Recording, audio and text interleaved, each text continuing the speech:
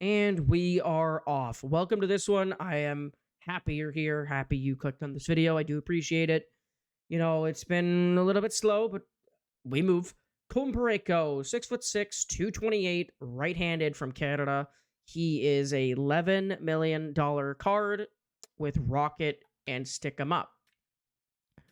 The reason why, if you watched my previous video, my team was on the lower overall side is because of this man. He's $11 million.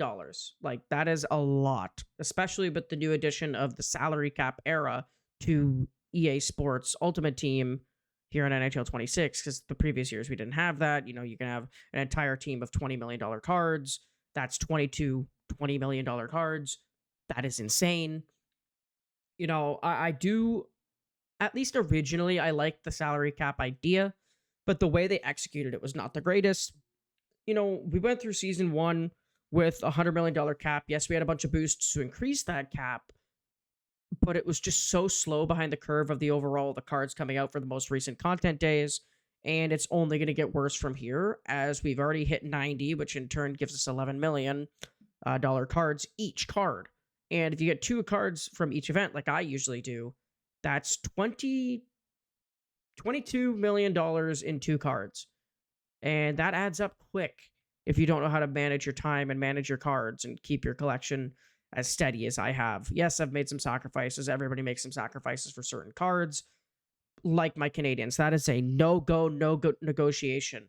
Anytime I see a Canadians card that is worth grabbing and it's a consistent card that I can grab, I will grab it. If it's like a team of the week, I'm like, okay, I don't need the team of the week. Like that team of the week, Cole Caulfield, that team of the week, Matheson, the team of the week, Arbor Xhekaj, team of the week, Kirby Doc. I don't need any of those cards, mainly because those are throwaway cards. Those are set cards for objectives and sets. That's what their purpose is for. Whether you use it for team of the week sets to get the team of the week MSPs. If you don't know what MSP is, it is a master set player item. Like you see on screen, this Colton Parayko is what we would call a master set player item in MSP. He is a solid defenseman for one reason and one reason only, in my opinion. This is my opinion only. A lot of people online have said that, the bigger the defenseman is, the worse the card is. That could be true for some cards, but I've been using Colton Parayko since I started playing Ultimate Team, which was when Ultimate Team became a game mode. That's how old I am playing this game. I have been playing this game since 2008. That is 2008. I have played Ultimate Team since it came out in 2012, as in 2012. I've had Colton Parayko on my team ever since Ultimate Team has come out. Every year in fantasy mode, every year in whatever, be it GM connected, whatever it was called, I'd always make sure he was my first choice in whether it was a trade or a draft. If we did a fantasy draft, he was always the first choice I made. The reason why is I got so accustomed to how well he would box off forwards, especially the ones I'm about to mention. Cole Caulfield, Nick Suzuki, Barkov, Bedard. He's able to box off the smaller sized players, obviously, but he's also able to box off the guys like McKinnon, McDavid, Kyle Connor, Leo Carlson. Like, he's able to box off the players. You're like, how the fuck is that happening? How? He's 6'6", 228. How the hell is he skating that fast? But if you look at his skating down at the bottom left, you can see 89 acceleration, 90 agility, 93 balance, 91 endurance, 88 speed. But with the boosts, by pairing him with Vince Dunn, he's got 91 acceleration, 92 agility, 95 balance, 93 endurance, 90 speed. At 6'6", 228, this man, Colton Parayko, has minimum 90 for his skating stats. That is insane. He's able to keep up with majority of the players. That's what I'm saying. Like, 99% of the players, he could either outskate, he could definitely outmuscle, and he's got outsize on every chance. Whether it's, a fight, whether it's him getting into the corners for a puck, he's going to come out of the corner with the puck. And that's why I love having him on the ice, because I can trust him to get the puck, move the puck swiftly, smoothly, to the point it almost feels not real and not allowed. It feels illegal to have this kind of speed from a guy that's 6'6". And I see everybody's opinions on it. Like, Obviously, there's people that like having a fully offensive minded team. Then there's people like me that like to have a good balance of both, where offense included, but defense specifically, I like to have one offensive defenseman, one two-way defenseman. The offensive defenseman is 6 foot and a below. The two-way defenseman is 6'2" and above. I'll cap it off at like Zdeno Chara. I'm not gonna get Chara because he's what 6'9". I'm not gonna touch him with a 50-foot pole. Neither am I gonna go with Simon Edvinsson, the new guy coming up from Detroit. He's 6'6". I'm not gonna use him mainly because I have Parayko now to play the Edvinsson role. And again, this card is going to be a nightmare if you don't get him, because he's a meta card for a lot of people, especially St. Louis Blues fans, but he's also Canadian. And if you know anything about EA's patterns, and if you've been looking at the combination/boosts tab a lot over the last month or two, maybe 3 from the start of the game till now, a lot of Canadian boosts eventually come out. Yes, they were slow. They mainly focus on American boosts because there's a lot of Central and Metro American players, and that's the kind of the system they focused on this season, because season 1 was Atlantic and Pacific. This season feels more like a Metro Pacific kind of season, and the next season's probably going to go back to Atlantic Pacific. They're going to go that cycle, sprinkle in some, you know, former boosts here and there. Like they might bring some Avalanche boosts, they might bring some Ducks boosts, but in general, you're going to be waiting a long time for those kind of boosts. That's why I have a philosophy, and I've told this to everybody that's wanted to hear it. I mainly only have said this on stream, but I can say this here for now for you guys here on YouTube to have a video proof of my philosophy. It's you only want to focus on the nations you think are going to get the most cards. And I get it.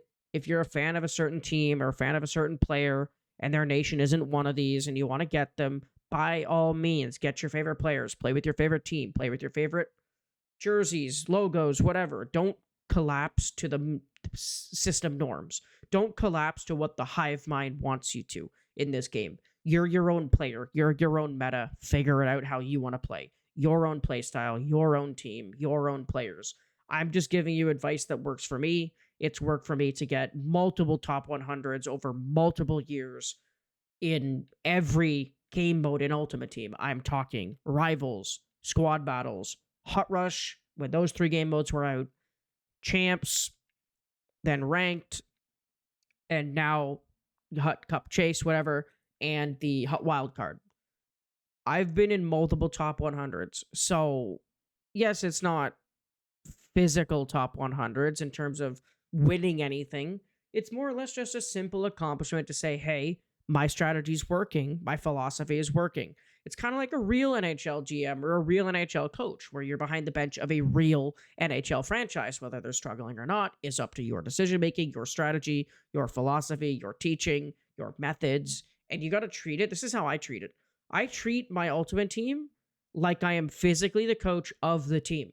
I am in the mindset of being a coach where it's like, if the player is struggling, we try and find a link that works. For example, I will give you guys an example here of a player that I was using over the last 2 weeks that I got a couple months ago, actually. It was the Macklin Celebrini Season 1 finale card, the 87 overall card. He was so good to start off the first 2-3 weeks I used him, and then he started to slow down. He started to slow down his point production. His line mates were getting more and more. They were taking more advantage of him. And what I decided to do is like what any other coach would do. I took him out of the lineup for a couple of days, gave him a quote unquote rest. And, by the next week, I brought him back in and he was back to his normal self. That's why I think it's weird to think about. It's a weird philosophy. It's a weird thinking strategy. Maybe it's just my ADHD. Maybe it's just the fact that I'm not really the best when it comes to this game. I see that giving that player that kind of break or boost will bring them back at a better pace than if you just raw dog them into the ground. That's a weird analogy, but you know what I mean. Like it's a workhorse, like a mule. You are tanking their energy, tanking their willingness to continue, tanking their willingness to improve. It's a strategy that sounds weird when you say it, but when you think about it, if you treat the Ultimate Team like a real team, whether it's, Ultimate Team or franchise mode or whatever, if you treat it as if they were actually there physically with you, actually going through shit, it puts a different perspective on how the game is supposed to be played. I like the realism type, so I'm like very heavily leaning into it where it's like if a player does something that would normally piss off a coach, aka take a really bad penalty, like an offensive zone penalty, late game penalty, miss an open net, hit a couple posts on a chance, maybe isn't as disciplined as you need them to be. I'll take that consideration and say, okay, if you don't want to work, I'm going to scratch you or quote unquote take you out of the lineup. I'm going to make you sit and think about what you've done and give someone else your spot. So it makes you feel like you have to work for your spot again, which puts them in the fight or flight. And then once I put them back in, for some reason, it must just be my brain, but it feels like they're playing a little bit better than they did previously. For example, I'll show you what I mean. Like Cole Heiserman is a card that I've been using for a bit. He's not done the greatest, but I do like him for the American and he's cheap. If he starts slumping, I could take him out, say, for another random American card. So if I go here, I go forward, I go country, USA, I have Will Smith, I can max out Beniers, I can bring in Dylan Larkin, Logan Cooley, Jackson Blake, Cole Smith, Charlie Coyle, or, for example, Kirby Doc, which I might honestly take Kirby Doc out, is he's played 11 games, he's got 2 points, he's got 1 penalty. With these stats, with this size advantage, with these two as line mates, you expect him to get more points. But it's just the reality of situational awareness and where he is on the ice. He's going to be in the corners playing the wing. Playing the wing, he's going to be in the corners. And he doesn't like being in the corners because in real life he's fragile as hell. But you know what? It's a game.